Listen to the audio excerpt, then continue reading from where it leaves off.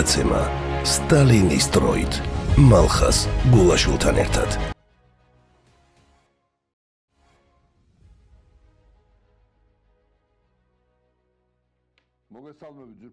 Greetings, dear television viewers and radio listeners. You are watching and listening to the Georgian Teleradio Company. This is the program by Stalin's Time. I am Malkas Gulashvili. Today we want to discuss a very painful and extremely important topic for Georgia. This is the 1956 massacre in Tbilisi, how it began during the Khrushchev period when Stalin's cult was condemned and protested against. I would like to tell you in detail about this subject, how the events of March 1956 unfolded in Tbilisi. It is one of the most tragic and at the same time one of the most pivotal pages in the history of modern Georgia. This was the first massive, spontaneous popular protest during the Soviet period which Moscow suppressed with fire and blood. We will talk about this topic shortly. Before that, I would like to announce an interactive poll. What were the Georgian students defending on March 9th, 1956? 1. Stalin's cult. 2. National interests. 3. I find it difficult to answer. Please publish this. And I also call on the YouTube admin to post this poll. What was the prerequisite for the protest? Now let me introduce my guests, though in principle they are more like hosts themselves. Mr. Grigol Oniani, chairman of the Stalin Society, and Mr. Edi Sherkvenetadze, doctor of historical sciences. What was the prerequisite for the protest? Everything began with Nikita Khrushchev's secret speech in February 1956. As you know, Joseph Stalin died on March 5th, 1953. Exactly 3 years later, Beria had already been eliminated and killed, and the field was left open for them in Moscow. At the 20th Congress of the Communist Party of the Soviet Union, held in Moscow on February 25th, during the closing session of the Congress, CPSU General Secretary Nikita Khrushchev delivered his famous secret speech on the cult of personality and its consequences. In the speech, Khrushchev harshly criticized Joseph Stalin, accusing him of mass repressions, military mistakes, and despotism. Although the speech was classified, its content spread rapidly through party circles and across the entire country. In Georgia, however, the speech provoked a completely different reaction. A large part of society, especially young people and students, perceived the criticism of Stalin not merely as a political reform, but as a national insult against the Georgian people. Ethnic nuances and Moscow's cynical tone became the main trigger, the cause of the explosion that erupted within a few days. How did the first days of March begin in Tbilisi? On March 5th, the anniversary of Stalin's death, groups of people began gathering near Stalin's monument on the bank of the Midkvari River, near today's Dry Bridge in the former Alexandrov Garden. At first it was a peaceful memorial rally. Students, schoolchildren, and ordinary citizens laid flowers at the monument and recited poems. However, in the following days, the protest took on a mass character. By March 8th, demonstrations had spread across the entire city. Protesters gathered near the government palace at today's Parliament building, on Rustaveli Avenue, at Lenin Square, today's Freedom Square. The slogans mainly demanded Stalin's rehabilitation, Khrushchev's resignation, and the declaration of official mourning days. The protest became so large that transportation was paralyzed, educational institutions were closed, and factories stopped operating. Soon the demonstrators began advancing demands that went beyond defending Stalin's cult, and calls for Georgia's independence and sovereignty appeared. The culmination of March 9th and the tragic night unfolded as follows. The events reached a critical point on the evening of March 9th. One group of demonstrators decided to send a telegram to Moscow with their demands from the communications building post office located on Rustaveli Avenue. Another large group moved from Barjanishvili Square toward the railway station and the Stalin monument located on the embankment. To suppress the protest, Moscow deployed regular army units and heavy military equipment, including tanks, into Tbilisi. The operation was commanded by General Ivan Fedyuninsky, commander of the Transcaucasian Military District. The shooting near the post office and the embankment began on March 9th at approximately 11:30 p.m.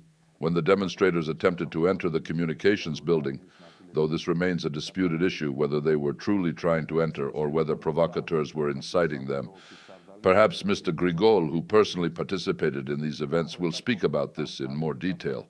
The military opened fire on them. Automatic gunfire erupted both on Rustaveli Avenue and near Stalin's monument on the embankment, where thousands of people had gathered. The tanks began pushing through and dispersing the crowd. The brutal crackdown continued throughout the night. According to eyewitness accounts, the wounded and the dead were collected using military vehicles and thrown into the Mtkvari River in order to conceal the traces of the crime and hide the real number of victims. What were the casualties and consequences? According to Soviet official documents, which remained classified for decades, 21 people were killed on the spot or died later in hospitals as a result of the March 9th to 10th crackdown. At least 54 people were injured and required medical assistance. However, according to unofficial sources, independent researchers and eyewitness estimates, the real number of victims was much higher, between 100 and 150 people. This is because many of the dead were never included in the official statistics at all.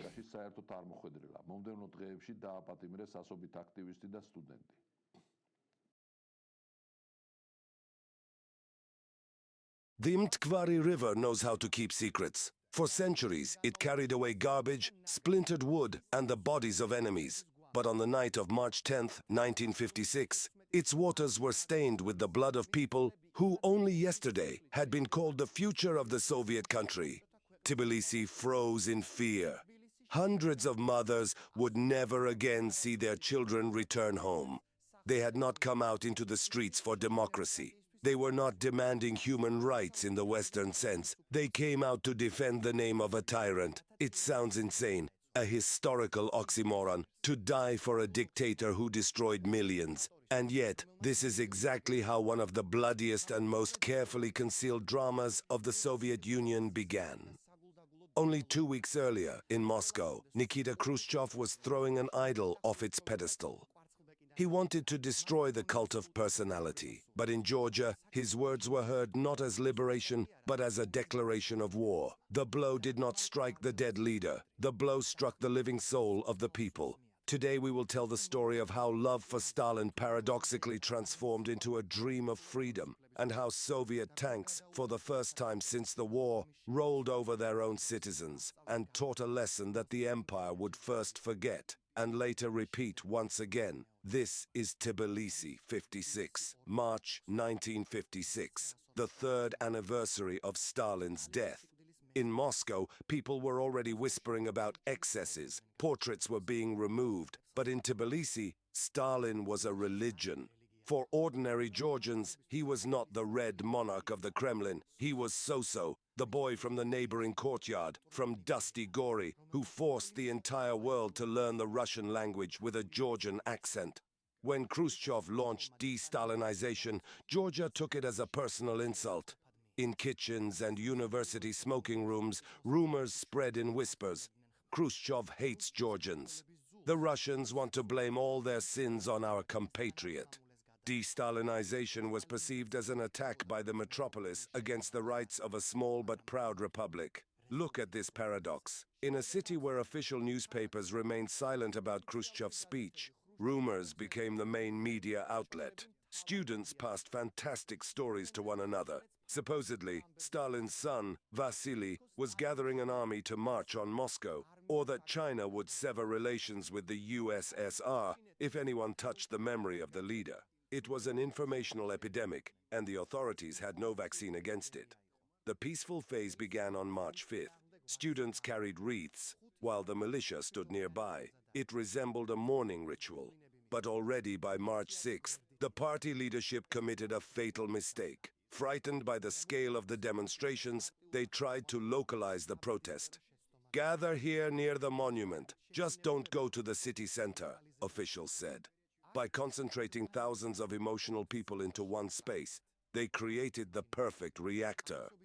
By March 8th, the situation spiraled out of control. The crowd spilled onto the city's main avenue, Rustaveli Avenue. And it was here that an astonishing metamorphosis occurred. Listen to what they were shouting. If on March 5th the slogan was, "Bring Stalin back," now people were already shouting, "Down with Khrushchev! Get out, Mikoyan!" And something that, for 1956, was completely unimaginable. Freedom for Georgia. The visit of the Chinese Marshal Jude poured gasoline onto the fire. Protesters surrounded his motorcade and effectively blocked the vehicle. They saw the Chinese communists as a savior. They hoped that Mao's brother would protect them from the traitors in the Kremlin. It was the naive faith in a good king, only now that king was Chinese. But Moscow no longer intended to tolerate this. Khrushchev was furious. The district commander, General Ivan Fedyuninsky, was given full freedom of action. He was a man of war, forged in the meat grinder of the Leningrad front. For him, negotiations were a sign of weakness. Tanks were brought into the city. On the evening of March 9th, the day of the leader's funeral commemoration, a massive column of students marched toward the House of Communications. Their goal was both naive and tragic at the same time. They wanted to send a telegram to Moscow, to the newspaper Pravda. They believed that if the Kremlin learned the truth, they would be heard. They did not know that machine gunners were already waiting inside the building. Hell began within seconds. The soldiers did not fire into the air. They fired to kill. Geography itself turned against the people. The House of Communications stood close to the river. When panic and crushing chaos began, people were pushed toward the embankment. The tanks moved forward, no longer choosing their path. To escape the bullets, people jumped into the dark, icy waters of the Matkvari River. Many found death not from bullets, but from the river itself. How many people died? The official statistics would later claim 22. But that night, doctors standing knee-deep in blood in Tbilisi hospitals saw hundreds of wounded. The morgues were surrounded by the KGB. Bodies were secretly removed. Some were buried in nameless graves outside the city. Others were carried away by the river. The next morning, Tbilisi awoke as a different city. The city was silent.